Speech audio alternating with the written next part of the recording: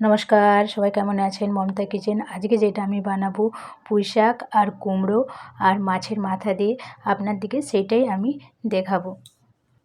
আমি কিন্তু সব কিছু রেডি করে রেখে দিয়েছি। দেখুন আমি কুমড়ো, আলু, পুঁই শাক, মাছের মাথা আর সব মশলা কিন্তু রেডি করে রেখে দিয়েছি। এবার দেখুন আমি কিন্তু যেটা করব, মাছের মাথাগুলো প্রথমে আমি ভেজে নেব। আমি কিন্তু কড়াই তেল দিয়ে দিয়েছি।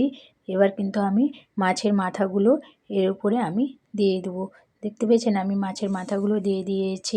আপনারা যদি পারেন এটা চিংড়ি মাছ দিয়েও বানাতে পারেন। এবার আমি কিন্তু মাছের মাথা দিয়ে বানাচ্ছি। দেখুন আমার মাছের মাথাগুলো কিন্তু খুব সুন্দরভাবে বেশ ভাজা হয়ে গেছে, কিন্তু এরপর আমি কিন্তু তুলে নিচ্ছি। দেখুন এই তেলের উপরেই আমি তেজপাতা, শুকনো লঙ্কা আর 5 ফোড়ন আর 4টে গোটা রসুন দিয়ে দিলাম। দেখুন একটু নাড়াচাড়া করে নিলাম। এর উপরেই আমি যেটা দেবো কুমড়ো আর আলু। দেখুন কুমড়ো আলুগুলো কিন্তু দিয়ে দিলাম। দিয়ে একটু আমি হালকা ভেজেই নেবো। নেওয়ার পর তারপর আমি পুঁই শাকগুলো আমি কিন্তু দিয়ে দেবো। বন্ধুরা আপনারা লাইক করবেন, কমেন্ট করবেন আর শেয়ার করবেন, আমার চ্যানেলটাকে সাবস্ক্রাইব করবেন।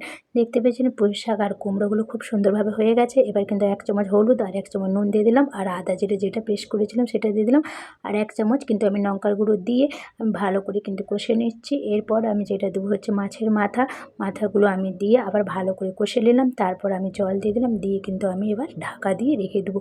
দেখতে পেয়েছেন আমি ঢাকা দিয়ে খুলে দেখলাম আমার খুব সুন্দরভাবে হয়ে গেছে।